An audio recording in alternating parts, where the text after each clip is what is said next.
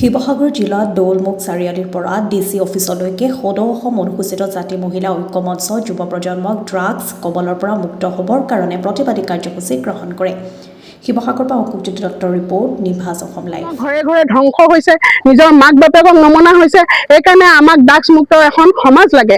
কিয়নো আজি যিহেতু প্ৰশাসনে ধৰিছে, যিয়ে নেকি ড্ৰাগছ খোৱাজনক ধৰিছে, কিন্তু এনেকুৱা কৰিব লাগিব, ড্ৰাগছ খাইছে তেওঁলোকৰ বা প্ৰত্যুত্তৰ লাগিব, তেওঁলোকে ক'ৰ পৰা ক্ৰয় কৰিছে এই ড্ৰাগছখিনি, সেই ড্ৰাগছ ঘাটি উচ্ছেদ কৰিব লাগিব। মেইন ঘাটি উচ্ছেদ কৰিলেহে আমাৰ ড্ৰাগছ মুক্ত এখন সমাজ গঢ়া হ'ব।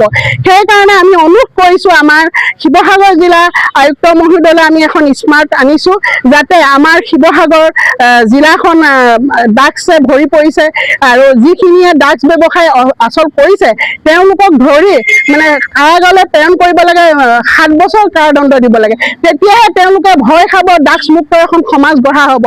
আমাৰ যিখিনিয়ে ড্ৰাগছ খাইছে সেইখিনিয়ে খোৱাখিনিয়ে তেওঁলোকে বিকিছে, খাইছে, কিন্তু তেওঁলোকক দুদিনত এৰি দিছে। কিন্তু আমিও প্ৰশাসনৰ লগত আছোঁ, আমিও সহায় কৰিম, কিয়নো আমাক এখন ড্ৰাগছ মুক্ত সমাজ লাগে।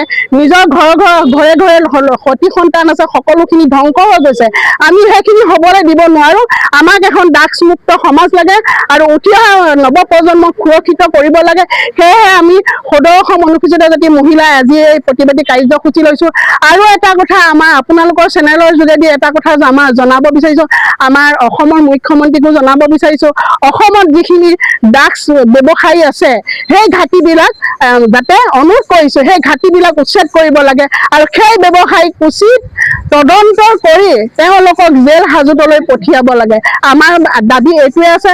সেইকাৰণে আমি প্ৰশাসনকো জনাইছোঁ, আমি আয়ুক্ত মহোদয়ক জনাইছোঁ, অসম চৰকাৰক জনাইছোঁ, যাতে এইখিনি ড্ৰাগছ মুক্ত সমাজ গঢ়িলে আমাৰ ল'ৰা ছোৱালীখিনি ভৱিষ্যত সুৰক্ষিত হ'ব বুলি আমি ভাবিছোঁ। ধন্যবাদ। আমাৰ ইয়াত যি ড্ৰাগছৰ ব্যৱসায় চলি আছে, গতিকে এই ড্ৰাগছৰ ব্যৱসায়ৰ বিৰুদ্ধে আমি আপোনালোকৰ লগত আছোঁ। আপোনালোকেও আমাক সহায় কৰক আৰু প্ৰতিখন গাঁৱতে আপোনালোকে ড্ৰাগছ যিসকলে খাইছে নৱপ্ৰজন্মসকলক আপোনালোকে উদ্ধাৰ কৰিব বুলি আমাৰ অনুৰোধ। আৰু লগতে আমি আৰু এটা অনুৰোধ কৰিছোঁ, আমাৰ নামদাং বলিয়াঘাট ভুটীয়াপাৰ অঞ্চলত সৰু সৰু বহুত ল'ৰাই এতিয়া মানে ভাঙৰ যোগেদি ভাঙৰ লগত ড্ৰাগছ মিলাই সেৱন কৰি আছে। গতিকে যাতে আপোনালোকে উদ্ধাৰ কৰক, এয়ে আমি আপোনালোকলৈ অনুৰোধ কৰিছোঁ। আৰু লগতে আৰু এটা অনুৰোধ কৰিছোঁ, যি ফ'ৰ লাইন সৃষ্টি হৈছে, সেই ফ'ৰ লাইনৰ কাষে কাষে কিছুমান সৰু সৰু বেপাৰ দোকান বহি উঠিছে।